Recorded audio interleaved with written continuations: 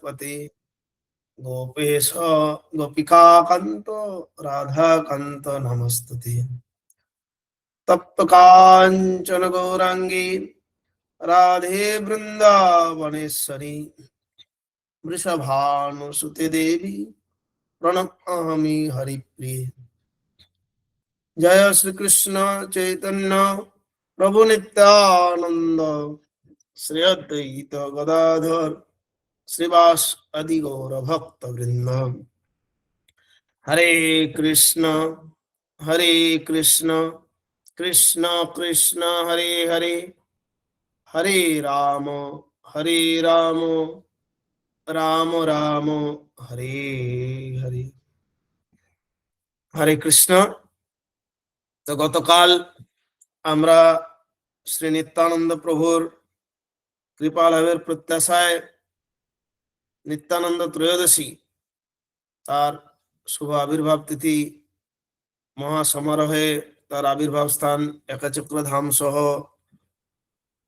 মায়াপুর এবং অন্যান্য স্থানেও যথাযোগ্য মর্যাদা এবং আড়ম্বর এবং ভক্তরা গভীর শ্রদ্ধার সঙ্গে পালন করেছেন।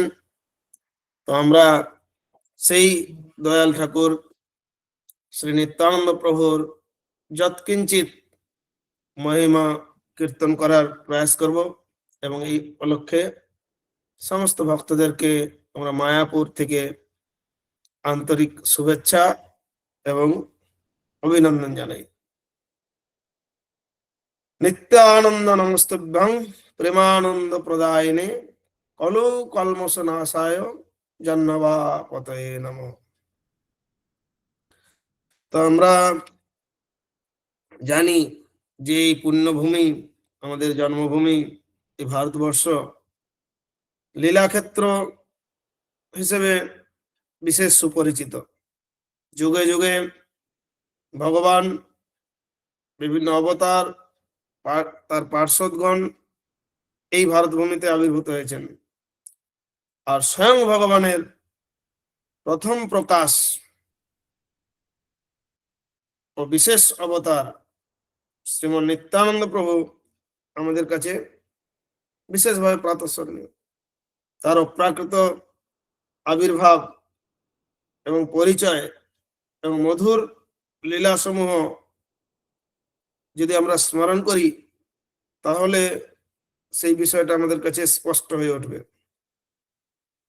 বিশেষ করে চৈতন্য ভাগবত, শ্রী চৈতন্য মঙ্গল, শ্রী চৈতন্য চরিতামৃত এবং নরহরি ঠাকুর কৃত শ্রী ভক্তি রত্নাকর এই সমস্ত গ্রন্থ সমূহে নিত্যানন্দ প্রভুর অপ্রাকৃত লীলা মহিমা বর্ণনা হয়েছে। আর বিশেষ করে গৌড়ীয় বৈষ্ণব জগতে এই কৃষ্ণ ভাবামৃত প্রচারে যার দান, দায়িত্ব এবং কৃতিত্ব সর্বাধিক গৌরবপূর্ণ, আর সর্বোপরি শ্রীমান মহাপ্রভুর আদেশক্রমে এই বাংলায় যিনি কৃষ্ণ ভাবনায় এবং গৌর আরাধনায় সকলকে নিয়োজিত করেছেন তিনি হলেন শ্রী নিত্যানন্দ প্রভু। শ্রীমন মহাপ্রভু শ্রীকৃষ্ণ চৈতন্য এক সময় নিত্যানন্দ প্রভুকে এই গৌড়ভূমিতে হরিনাম প্রচারের বিশেষ নির্দেশ প্রদান করেছিলেন। তাই এই নিত্যানন্দ প্রভুর নাম, তার অমৃত মধুর লীলা এখনো সমস্ত ভক্তরা শ্রদ্ধার সাথে স্মরণ করে থাকেন। আর এই নিত্যানন্দের ঐশ্বর্য অনন্ত, অদ্ভুত, তাই সহজে কেউ নিরূপণ করতে সক্ষম হন না। তবে এই নিত্যানন্দ প্রভু যার প্রতি প্রসন্ন হন, তো শাস্ত্র আদি বা বিভিন্ন বিষয়ে অভিজ্ঞ না হলেও তিনি সহজে তা নিরূপণ করতে পারেন। আর শ্রীল কৃষ্ণদাস কবিরাজ গোস্বামী চৈতন্য চরিতামৃতের আদি লীলায় শ্রী নিত্যানন্দ প্রভুর এই তত্ত্ব নিরূপণ করতে গিয়ে বলেছেন, সর্ব অবতারী কৃষ্ণ স্বয়ং ভগবান তাহার দ্বিতীয় দেহ শ্রী বলরাম, একই স্বরূপ দহে ভিন্ন মাত্র কায়, আদ্য কায় বুহ কৃষ্ণ লীলার সহায়। সেই কৃষ্ণ নবদ্বীপে শ্রী চৈতন্য চন্দ্র, সেই বলরাম সঙ্গে নিত্যানন্দ। এবং আমরা আরো জানি চৈতন্য ভাগবত থেকে যে ব্রজেন্দ্র নন্দন যেই শচীসুত হইল, সেই বলরাম হইল নিতাই। তো এই যে, এবং শ্রী চৈতন্য চরিতামৃতে তার উদ্দেশ্যে যে প্রণতি নিবেদন করে বলা হয়েছে যে সংকর্ষণ কারণ দশাই গর্ভদশাই চ পয়দিশাই শেষশ্চ যশাংশ কলাতং শ্রী নিত্যানন্দ ক্রামং শরণং নমস্তে।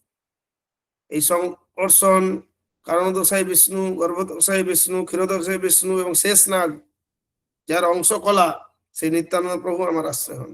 অর্থাৎ নিত্যানন্দ প্রভু হচ্ছেন বলরাম, আর অনাদির আদি গোবিন্দ সর্বকারণের পরম কারণ কৃষ্ণ, তার প্রথম প্রকাশ হচ্ছে বলরাম।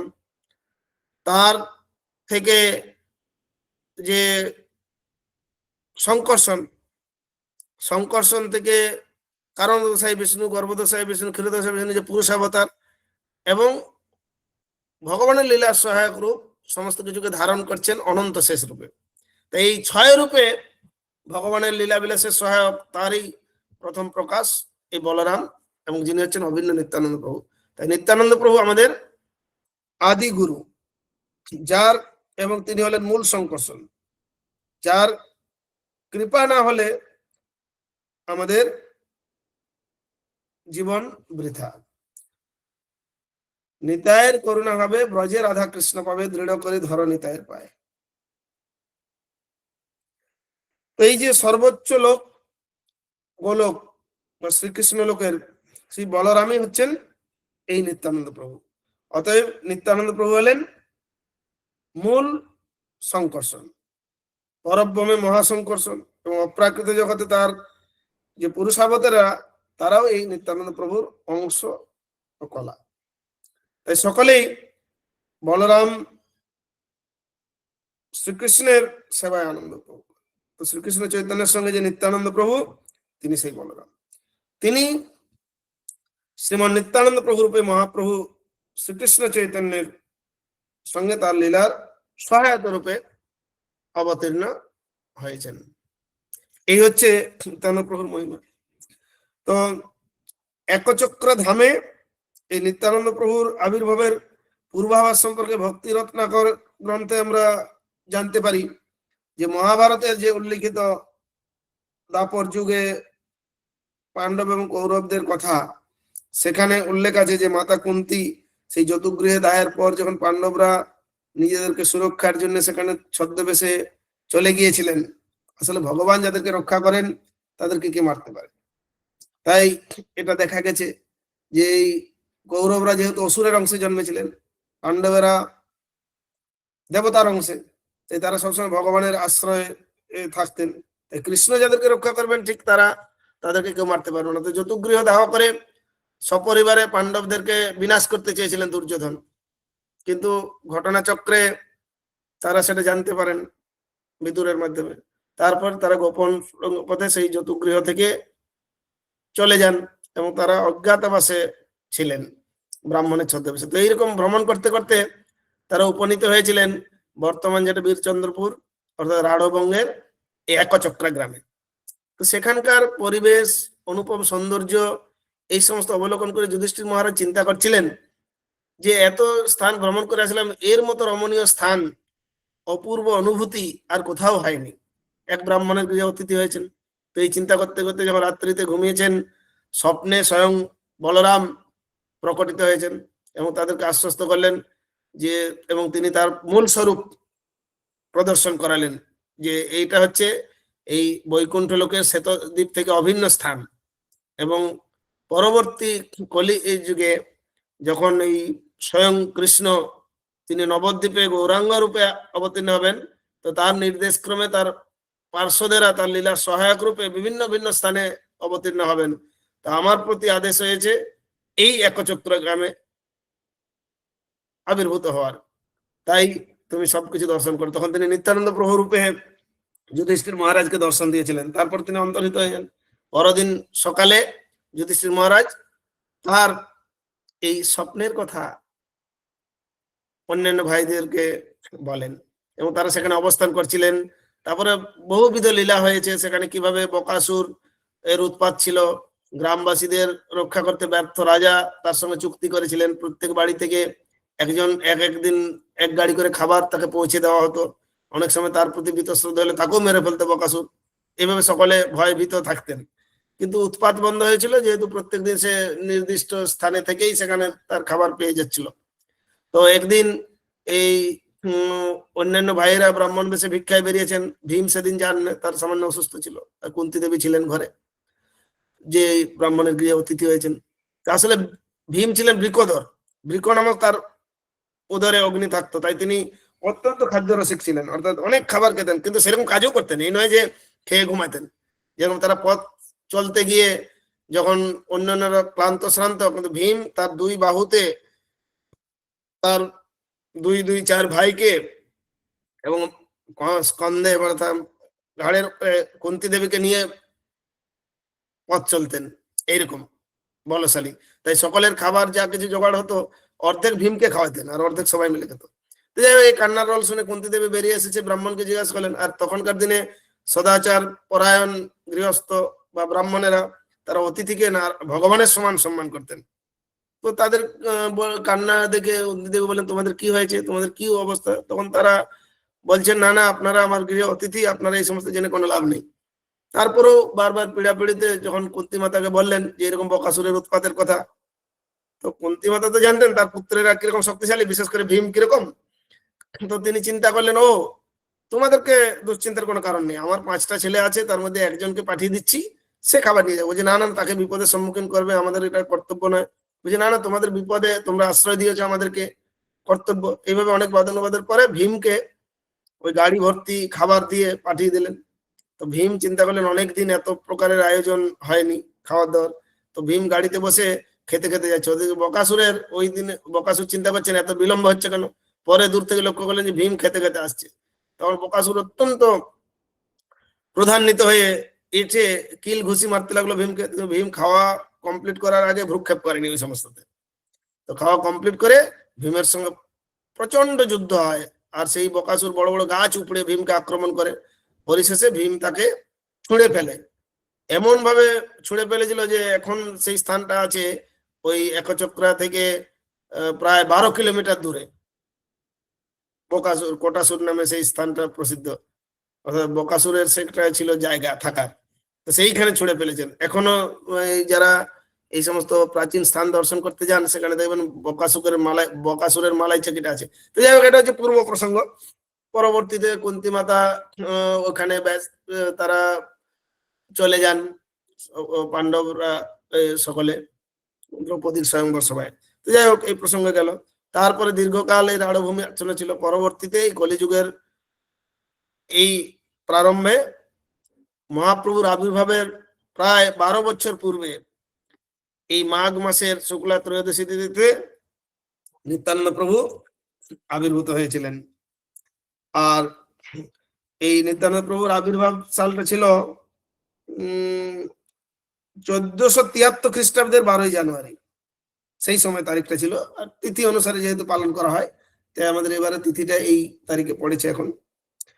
তো তার পিতার নাম মুকুন্দ, সমাজে তিনি হাড়াই পণ্ডিত নামে পরিচিত ছিলেন। মা পদ্মাবতী। তো তার মাতামহ ছিলেন ময়ূরেশ্বরের রাজা মুকুটনারায়ণ রায়। তো এইভাবে আমরা দেখি যে বিভিন্ন আচার্যগণ শ্রীমন নিত্যানন্দ প্রভুর বিভিন্ন দিব্য আবির্ভাব লীলা বিভিন্ন গ্রন্থে বর্ণনা করেছেন।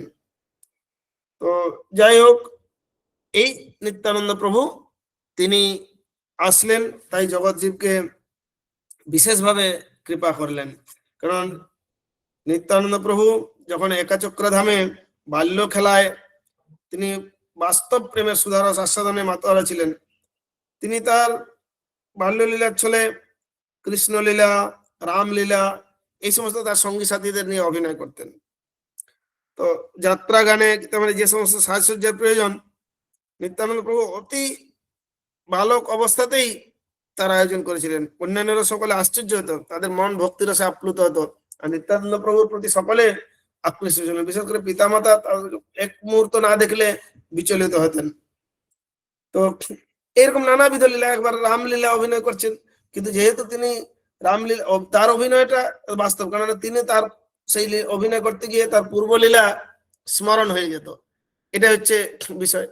তো একবার রামলীলা অভিনয় করছে, সব সাথীদেরকে শিখিয়ে দিয়েছেন যে কি পর কি করতে হবে। তো তিনি স্বয়ং লক্ষণ সেজেছেন, আর ওই অভিনয় করতে গিয়ে ওই যখন কি বলে ইন্দ্রজিৎ তাকে বান মেরেছেন, তখন তারপরের দৃশ্য হবে যে হনুমান গিয়ে গন্ধমাদন পর্বত থেকে বিশল্যকরণী এনে তাকে দেবে, কিন্তু সেই দৃশ্যটা তাদেরকে বুঝিয়ে দেওয়া হয়েছিল, তারা ভুলে গেছে। আর নিত্যানন্দ প্রভু জ্ঞান ফিরছে না, এই সংবাদ গেছে, আড়াই পণ্ডিত পদ্মাবতী সব ছুটে এসেছে, জ্ঞান হারিয়েছে দেখছে আর অচেতন। তখন ছেলেদেরকে বললো কিভাবে কি হলো, তখন আর একটা ছেলের মনে ছিল, সে এসে বললো এই পরবর্তী এটা করো, যে মুহূর্তে সেই হনুমান গিয়েছে আর ওইভাবে তাদের কবিরা ওই বিশল্যকরণে শুকিয়েছে, তাদের প্রভাব জেগে উঠেছে। এভাবে অদ্ভুত। আর তারা ভাবতেও পারেনি যে এই অল্প বয়সে এরা এত সমস্ত কিছু জানলো কি করে। আসলে নিত্যানন্দ প্রভু হচ্ছেন, তিনি অন্তর্যামী পরমাত্মা রূপে সমস্ত জীবের হৃদয়ে বিরাজ করছেন, যার মূল স্বরূপ। এইভাবে নিত্যানন্দ প্রভু বিভিন্ন বিষয়ে লীলা করতেন। চৈতন্য ভাগবতে উল্লেখ আছে যে এই মতো ক্রীড়া করি নিত্যানন্দ রায়, শিশু হইতে কৃষ্ণলীলা ভিন্ন নায়িকা, অনন্তের লীলাকে বা পারে করিবারে তাহার কৃপায় যেন মতে স্ফুরে। তো এইভাবে নিত্যানন্দ প্রভুর এই আনন্দময় লীলা বেশ পরবর্তীতে এই জগৎ জীবকে হরিনাম সংকীর্তনে প্রমত্ত করে সকলকে আনন্দময় এবং মধুর বৃন্দাবনের আস্বাদন করিয়ে ধন্য করেছিলেন। ভক্তরা এই নিত্যানন্দের বাল্যকালেই তার আভাস পেয়েছিল। তো পরবর্তীতে কি হয়েছে, যখন নিত্যানন্দ প্রভুর 12 বছর বয়স, তখন এক পরিব্রাজক সন্ন্যাসী তাদের গৃহে আগমন করেন। তো অতিথি দেব ভব, অতিথি সেবা পরায়ণ আড়াই পণ্ডিত, তারা সেই সন্ন্যাসীর অনেক আপ্যায়ন করেছেন। শোনা যায় নাকি তার পূর্বে সন্ন্যাস গ্রহণ করার সময় বিশ্বরূপও সেখানে গিয়েছিলেন, মহাপ্রভুর বড় ভাই বিশ্বরূপ। তো তিনি সেখান থেকে প্রত্যাগমন করেন। তো সেই সময় সন্ন্যাসীর সেবা করেন, সারাদিন কৃষ্ণ কথায় অতিবাহিত করেন। পরে প্রত্যুষে সন্ন্যাসী যখন যাবেন, তার নিত্যানন্দ প্রভুকে দেখে অতীব আনন্দিত হয়েছিলেন। তো আড়াই পণ্ডিত বলেন, আপনার সেবায় আর কি কোনো ত্রুটি হলে ক্ষমা করবেন, আপনি কি প্রত্যাশা করেন আমাদের কাছ থেকে? তো বললেন, হ্যাঁ, তোমার তো অনেকগুলো সন্তান, এই নিত্যানন্দ প্রভু ছিলেন বড় সব থেকে, নিত্যানন্দ, ব্রহ্মানন্দ, পূর্ণানন্দ, এইভাবে অনেকে। তো তখন বলছে, তোমার এই ছেলেকে আমার সঙ্গে দিয়ে দাও, কারণ আমি তো সন্ন্যাসী, সর্বত্র পরিভ্রমণ করি, আর তোমার এই ছেলে আমার সঙ্গে গেলে সে সমস্ত তীর্থ দর্শন করবে, অনেক জ্ঞান শিক্ষা লাভ করবে, তারপর প্রত্যাগমন করবে। কিন্তু তারা এইটা শুনেই তাদের হাড়াই পণ্ডিত অত্যন্ত দুঃখিত হলেন অন্তরে, কেননা এই নিতাইকে এক মুহূর্ত না দেখলে তারা থাকতে পারে না। আর এই নিত্যানন্দ যদি চলে যায়, তাহলে কি নিয়ে তারা বাঁচবে? তাদের তো হৃৎপিণ্ডটা নিয়ে চলে যাওয়ার মতো। অত্যন্ত বিচলিত হলেন। তিনি পদ্মাবতী দেবীকে জিজ্ঞাসা করলেন, কিন্তু এই সতী সাধ্যী রমণী হিসাবে পদ্মাবতী দেবী বললেন, আপনার যা বিচার, কেননা মহান ব্যক্তিরা কথা দিয়ে কথা রক্ষা করতে জানে। এখনকার দিনে তো কথায় কথায় লোকেরা প্রতিজ্ঞা ভঙ্গ করে, এটা হচ্ছে তাদের দুর্ভাগ্য। কিন্তু এই বংশের, যেরকম আমরা রামায়ণে দেখেছি, ভগবান রামচন্দ্র যেভাবে পিতৃসত্য পালনের জন্য এরকম বনবাসে গিয়েছিলেন, তো কাল কত শক্তিশালী দেখুন, যে রামচন্দ্রের পূর্ব রাত্রে রাজ্য পদে অভিষিক্ত হওয়ার কথা, মুহূর্তের মধ্যে পরদিন সকালে তাকে বনবাসী হতে হলো। তো সেখানে আছে যে প্রাণ যায় বচন নাই যায়। তো এই ধর্ম সংকটে পড়েছেন। ইতিমধ্যে নিত্যানন্দ প্রভু অত্যন্ত বিনীতভাবে এসে সন্ন্যাসীকে এবং পিতামাতাকে প্রণাম করে বলছেন, আমি আপনাদের অবস্থা বুঝতে পারছি, কোনো চিন্তার কোনো কারণ নেই। তো নিত্যানন্দ প্রভু তিনি তার পিতার কথা রক্ষার জন্য সেই সন্ন্যাসীর সঙ্গে চলে গেলেন। তারা অপলক নয়নে চেয়ে থাকলো নিত্যানন্দ যাচ্ছে। এইভাবে সেই সন্ন্যাসীর সঙ্গে সারা ভারতের যত সমস্ত তীর্থস্থান এই নিত্যানন্দ প্রভু ভ্রমণ করেন।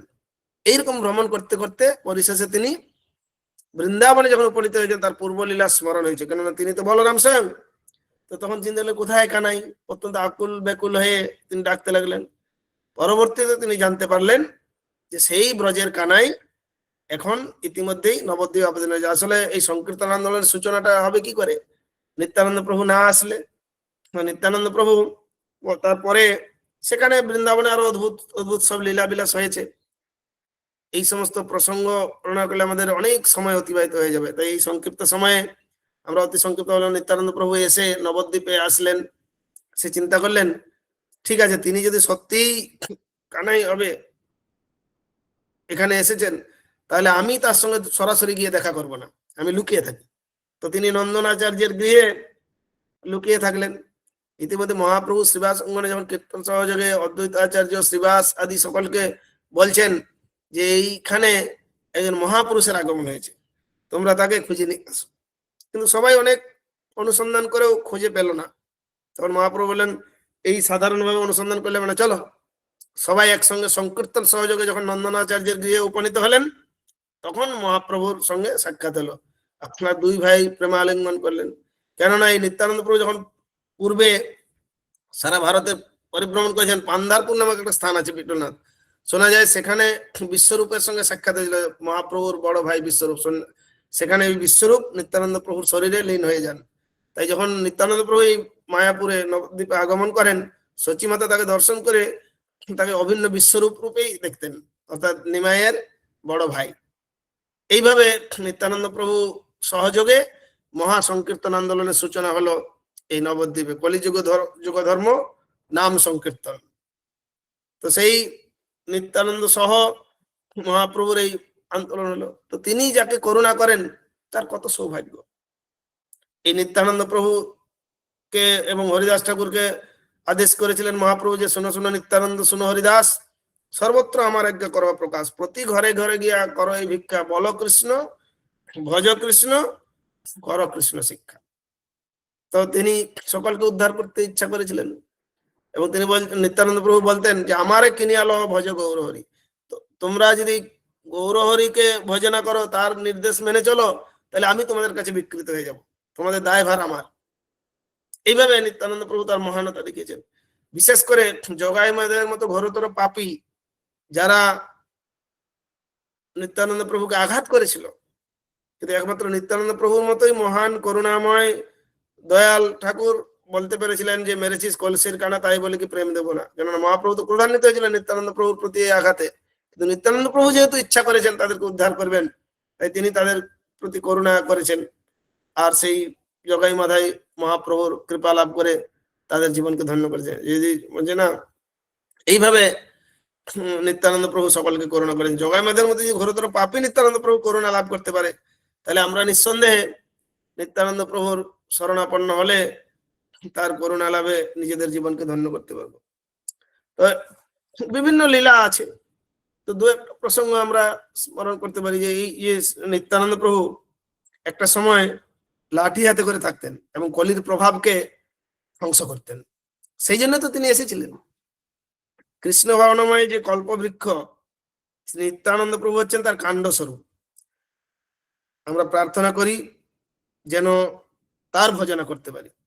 ঠিক যেমন গাছের সমস্ত ভাগটাই কাণ্ডের উপর নির্ভরশীল, তেমনি সমস্ত জীবের কৃষ্ণ ভাবনা কৃষ্ণ প্রেম নির্ভর করে শ্রী নিত্যানন্দ প্রভুর উপর।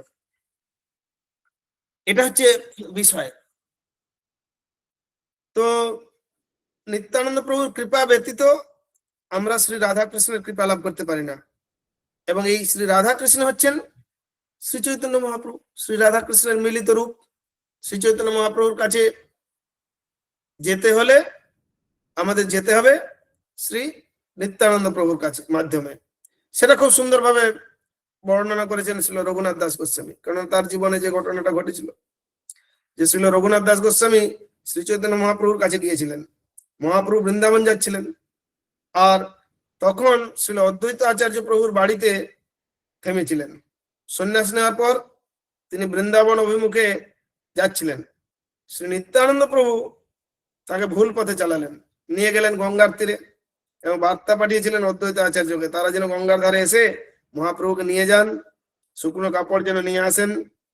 নিত্যানন্দ প্রভু তখন মহাপ্রভুকে বললেন, এই হচ্ছে গঙ্গাই হচ্ছে যমুনা, কেননা আসলে প্রয়াগে মিলিত হওয়ার পরে এই গঙ্গা যমুনা একটি ধারা একসঙ্গে প্রবাহিত হচ্ছে, সেই হিসাবে এটা ভুল কোনো নেই। তো এইভাবে মহাপ্রভুকে ভুল পথে নিয়ে নবদ্বীপে নিয়ে এসেছিলেন। 3 দিন ধরে মহাপ্রভু হাঁটছিলেন বৃন্দাবন থেকে, কিন্তু কোনো অগ্রগতি হয়নি। তো তিনি যদি 8 মাইল যেতেন তো 8 মাইল আবার পিছিয়ে আসতেন। এইভাবে এগিয়ে পিছিয়ে নিত্যানন্দ প্রভু তাকে গঙ্গা তীরেই নিয়ে আসেন। এইরকম অদ্ভুত ব্যাপার। তো তিনি মহাপ্রভু গঙ্গায় যমুনা বলে মনে করছেন, তিনি ভাবলেন তিনি বৃন্দাবনে পৌঁছে গেলেন, আর যমুনা ভেবে তিনি নদীর জলে ঝাঁপ দিলেন। তারপর অদ্বৈত আচার্য নৌকা করে এসেছেন, মহাপ্রভু তাকে বললেন, আরে তুমি এখানে বৃন্দাবনে এলে কি করে? অদ্বৈত আচার্য মহাপ্রভু বললেন, তুমি যেখানে থাকবে সেটাই বৃন্দাবন। তখন মহাপ্রভু বুঝতে পারলেন তিনি বৃন্দাবনে যাননি, তিনি নবদ্বীপের নিকটে শান্তিপুরের অপর পাড়ে আছেন, শান্তিপুরে উপস্থিত হয়েছেন। তাই অদ্বৈত আচার্য প্রভুর বাড়িতে নিয়ে আসা হলো তাকে। আর সেই খবর ছড়িয়ে পড়লো যে মহাপ্রভু এসেছেন, এবং এই এখন খবর নবদ্বীপে পৌঁছে গেল, চন্দ্রশেখর আচার্যের বাড়িতেও। তো সমস্ত ভক্তরা এলেন মহাপ্রভু দর্শন করতে, সচিমাতাও গেলেন। সেই সময় ওই সপ্তগ্রামের রাজপুত্র রঘুনাথ দাস হরিদাস ঠাকুরের কৃপায় ভক্ত হয়েছেন মহাপ্রভুর। তো তিনিও মহাপ্রভুর কাছে এসেছিলেন এবং অভিলাষ প্রকাশ করলেন যে তিনি মহাপ্রভুর সঙ্গে সন্ন্যাস নিয়ে চলে যাবেন। তখন বালক বয়স রঘুনাথ। তো মহাপ্রভু তাকে তিরস্কার বললেন, যাও ঘরে ফিরে না হওয়া বাতুল, ক্রমে ক্রমে পায় লোক ভব সিন্ধুকুল, মর্কট বৈরাগ্য না করো লোক দেখাইয়া, যথাযোগ্য বিষয় ভুঞ্জ অনাসক্ত হইয়া, অন্তরে নিষ্ঠা করি বাহ্যে লোক ব্যবহার, অচিরাত কৃষ্ণ তোমার করিবেন অঙ্গীকার। তো বলছে যে যতক্ষণ না সময় হচ্ছে ততক্ষণ পর্যন্ত কারো লোক দেখানো বৈরাগ্য করার দরকার নেই। সেই জন্য মহাপ্রভুর বেশিরভাগ পার্শ্বদ ভক্ত গৃহস্থ, এবং মহাপ্রভু আদেশ করে গৃহে থাকো বনে থাকো সদা হরি বলে ডাকো, কোনো অসুবিধা নেই। তো যাই হোক, ওই মহাপ্রভুর এই আদেশে রঘুনাথ ঘরে ফিরে গেলেন। তার কয়েক বছর পর তিনি নিত্যানন্দ প্রভুর কৃপা লাভ করলেন। যখন নিত্যানন্দ প্রভু পানিহাটিতে ছিলেন, ছিল রঘুনাথ গোস্বামী তখন তার সঙ্গে দেখা করতে এসেছেন। তো রঘুনাথ গোস্বামী তখন যুবক, আর নিত্যানন্দ প্রভু তাকে বলেন, তুমি চোর, তোমাকে দণ্ড দেব। কেন তাকে চোর বললেন, কেন দণ্ড দেবেন? কারণ মহাপ্রভু হচ্ছে নিত্যানন্দ প্রভুর সম্পত্তি। কিন্তু রঘুনাথ দাস গোস্বামী এই নিত্যানন্দ প্রভুর অনুমোদন ছাড়াই শ্রী চৈতন্য মহাপ্রভুর সেবা অনুরাগী হয়েছিলেন, তাকে পেতে চেয়েছিলেন। তাই শ্রী নিত্যানন্দ প্রভু হচ্ছেন আদি গুরু।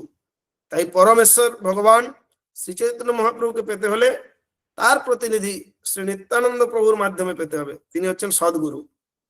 যদি কেউ শ্রীকৃষ্ণ সান্নিধ্যে পেতে চায় সদ্গুরুর আশীর্বাদ ব্যতীত, তাহলে সে চোর। এখন রঘুনাথ দাস গোস্বামী নিত্যানন্দ প্রভুর কাছে গেলেন তিনি দণ্ড দেবেন বলে। দণ্ড অন্য কিছু নয়, বরং তার কৃপা। সেই কৃপা কৃষ্ণ প্রাপ্তির উপায়, শ্রী চৈতন্য মহাপ্রভুকে পাওয়ার উপায়। শ্রী নিত্যানন্দ প্রভুর কৃপা না হলে আমরা কখনো শ্রী রাধা কৃষ্ণকে বা শ্রী চৈতন্য মহাপ্রভুকে পেতে পারি না। যেহেতু শ্রী নিত্যানন্দ প্রভু হচ্ছেন আদি গুরু, তাই আবার বলা হচ্ছে সদ্গুরুর কৃপা ব্যতীত শ্রী রাধা কৃষ্ণকে বা শ্রী চৈতন্য মহাপ্রভুকে আমরা পেতে পারি না।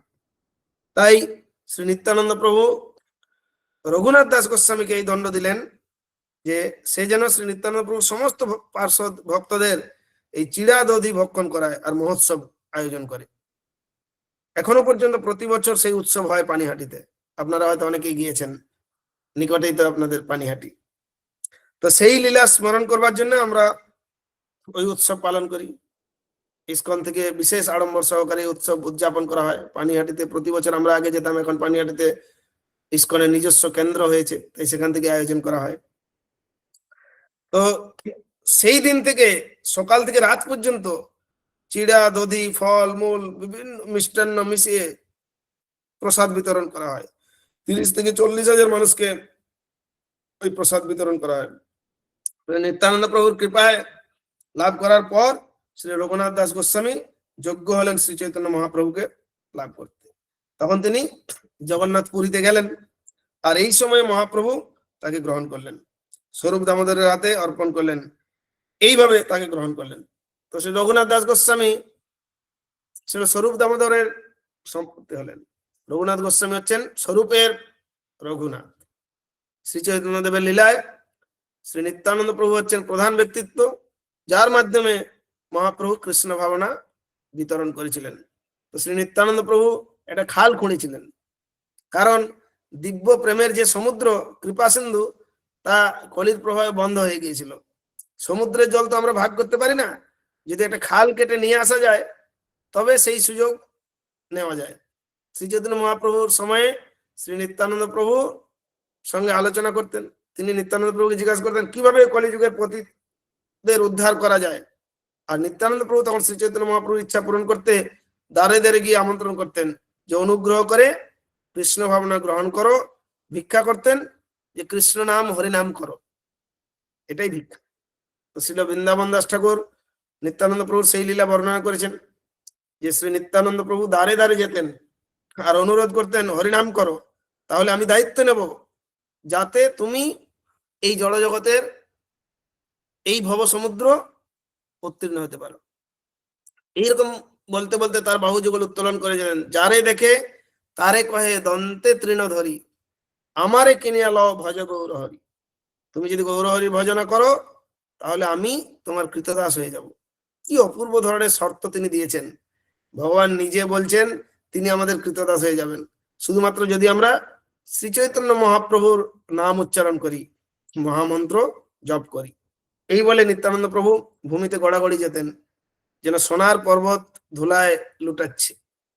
এই ধরনের কৃপালু ছিলেন শ্রী নিত্যানন্দ প্রভু।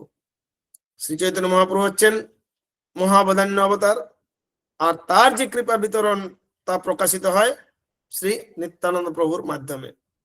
নিত্যানন্দ ত্রয়োদশীতে তার আবির্ভাব তিথিতে আমরা নিষ্ঠা সহকারে যদি প্রার্থনা করি, যেভাবে ভক্তরা করেছেন অনেকেই, তাহলে শ্রী চৈতন্য মহাপ্রভু খুব খুশি হবেন আমাদের উপরে এবং আমরা সহজেই মহাপ্রভুর কৃপা লাভ করে আমাদের জীবনকে সফল করতে পারি।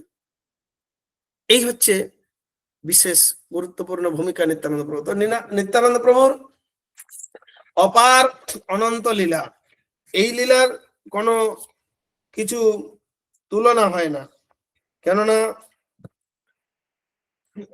এই নিত্যানন্দ প্রভুর লীলা বর্ণনা করে শেষ করা যাবে না। তাই আমরা জানি গতকাল গুরু মহারাজও বলছিলেন যে কিভাবে নিত্যানন্দ প্রভুর সান্নিধ্যে এসে দস্যু চোরেরাও তার কৃপা লাভ করে তাদের জীবনকে। তো নিত্যানন্দ প্রভু এইভাবে তিনি পাপি তাপি যত ছিল হরিনামে উদ্ধারিল, তার সাক্ষী জগাই মাদে। তো মহাপ্রভু শ্রীকৃষ্ণ চৈতন্য, এটাই হচ্ছে বিষয়। তো যেভাবে আমরা প্রতিদিন করি যে প্রভু নিত্যানন্দ প্রেমানন্দ সুখী, কৃপা অবলোকন করো আমি বড় দুঃখী। তো আমাদের এই কৃষ্ণ ভাবনাবিহীন জীবনই হচ্ছে দুঃখের জীবন। যে মুহূর্তে নিত্যানন্দ প্রভুর করুণায় আমরা কৃষ্ণ উন্মুখ হতে পারবো, সেই মুহূর্তে আমাদের জীবন আনন্দময় হয়ে উঠবে, নিত্য আনন্দময়। হরে কৃষ্ণ কৃষ্ণ কৃষ্ণ হরে হরে, হরে রাম রাম রাম হরে। তো কারো কোনো যদি প্রশ্ন বা মন্তব্য থাকে? হরে কৃষ্ণ। হরে কৃষ্ণ। আজকের ক্লাসের বিষয়ে যদি কারো কোনো প্রশ্ন থাকে প্রশ্ন করতে পারেন। হরে কৃষ্ণ। গোকুলরমন গোপাল বাবু, কৃপা করে আপনার প্রশ্ন করুন। হরি বল। হরে কৃষ্ণ বাবু, দণ্ডবত প্রণাম বাবু। বলছি বাবু, আমার ঠিক মানে প্রশ্ন নয়, মানে 5 বছর ভক্তি জীবনে এসেছি, মানে গতকালকে যে নিত্যানন্দ ত্রয়োদশী ছিল, যে কোনো কারণ নিত্যানন্দ ত্রয়োদশী যে উপবাসটা করতে পারিনি। এবার না করতে পারার কারণে আমি যখন পরবর্তীতে শুনেছি যে আজকে মানে গতকালকেই ছিল নিত্যানন্দ ত্রয়োদশী, তখন থেকে মনের ভিতরে একটা মানে নিজেকে অনেক অধঃপতিত বলে মনে হয়েছে। কিন্তু পরবর্তীতে আমি জব টপ সবকিছুই করেছি, কিন্তু মনের থেকে ওটা মেনে নিতে পারছি না যে আমি এই প্রথম কোনো নিত্যানন্দ ত্রয়োদশী করতে পারলাম না। সে থেকে মনের ভিতরে একটা যেন কিন্তু কিন্তু মনে মনে নিজেকে অপরাধী মনে হচ্ছে অনেক। এই জায়গা থেকে কি করে বেরিয়ে আসতে হবে? এবং আমি অনেক ইউটিউবে প্রবচন শুনেছি, সবচেয়ে ভালোভাবে শুনেছি আমাদের মণিগোপাল প্রভু সুন্দর একটা প্রবচন দিয়েছেন গতকালকে, সেটা এবং গুরু মহারাজের যে প্রবচন কালকে সকালে, সেটাও আমি শ্রবণ করেছি। আনন্দ ত্রয়োদশীটা আমি মানে এই উপবাসটা করতে পারিনি, সেই থেকে নিজের মধ্যে অনেক মানে নিজেকে হীন মনে হচ্ছে। এই থেকে আমি কি করে বেরিয়ে আসতে পারি? এটা যাই হোক, এর দ্বারাই নিত্যানন্দ প্রভুর কৃপা লাভ হবে। কারণ অনেক সময় আমরা অজ্ঞতাবশত বা ভ্রান্তিবশত যদি না করি, তো যখন জানতে পারলেন তখন পরবর্তীতে অনুশোচনা এবং নিত্যানন্দ প্রভুর কাছে ক্ষমা ভিক্ষা করা, এবং পরবর্তীতে যেরকম মাসে সেই ব্রত আরো কঠোরভাবে পালন করে নিত্যানন্দ গৌরাঙ্গ মহাপ্রভুর যে আবির্ভাব তিথি আসছে গৌর পূর্ণিমা, সেখানে অত্যন্ত যত্ন সহকারে সেই ব্রত পালন করলে নিত্যানন্দ প্রভু আবার খুশি হবেন। নিত্যানন্দ প্রভু বলছেন, আমারে যদি তুমি গৌরাঙ্গের ভজনা করো তাহলে আমি তোমার কাছে বিকৃত হয়ে যাব। তো নিত্যানন্দ প্রভু করুণা লাভের আরেকটা উপায় হচ্ছে এই সমস্ত থেকে মুক্তি লাভের মহাপ্রভুর আরাধনা করা, যে আমারে কিনিয়ালো ভজ গৌর হরি। মহাপ্রভু এই নিত্যানন্দ প্রভু সবসময় এটা বলেছেন। তাহলে আমরা যদি মহাপ্রভুর নির্দেশ উপদেশ কঠোরভাবে পালন করি, আর এর সুযোগটা আসছে 1 মাস পরেই মহাপ্রভুর আবির্ভাব তিথি গৌর পূর্ণিমা পালন করা, তো গৌর পূর্ণিমাতে মহাপ্রভুর উদ্দেশ্যে একটু তপস্যা এবং বেশি করে প্রার্থনা আর ভগবানের নাম করার মাধ্যমে মহাপ্রভুর আরাধনা করলে নিত্যানন্দ প্রভু খুশি হবেন। তাহলে এই অপরাধ বোধ থেকে এই অনুশোচনা তো একটা শাস্তি হয়ে গেলে, যে মনের একটা অনুশোচনা, আর তারপরে নিত্যানন্দ প্রভুর বিশেষ কৃপা লাভ হবে, অতএব অসুবিধা নেই। নিত্যানন্দ প্রভু তো স্বয়ং বলেছেন যে আমার আলো ভজ গৌর হরি, তুমি যদি গৌরাঙ্গের ভজনা করো, গৌরাঙ্গের আরাধনা করো, তাহলে আমি তোমার অধীন হয়ে যাব। এইরকম একটা আশ্বস্ত দিয়ে কমপক্ষে আমরা দিনহীন ভাবে করুণাময় নিত্যানন্দের আশ্রয় গ্রহণ করতে পারি, তাহলেই হবে। হরে কৃষ্ণ গৌর, ধন্যবাদ প্রণাম। অনেক খাতা কাছে গেছি রহ পর্যন্ত প্রণাম নেবেন।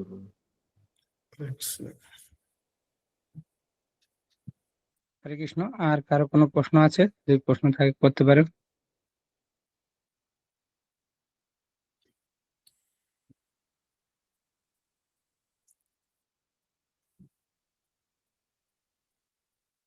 হরে কৃষ্ণ প্রভু, দণ্ডবত প্রণাম। মনে হচ্ছে যে আর কারো কোনো প্রশ্ন নেই।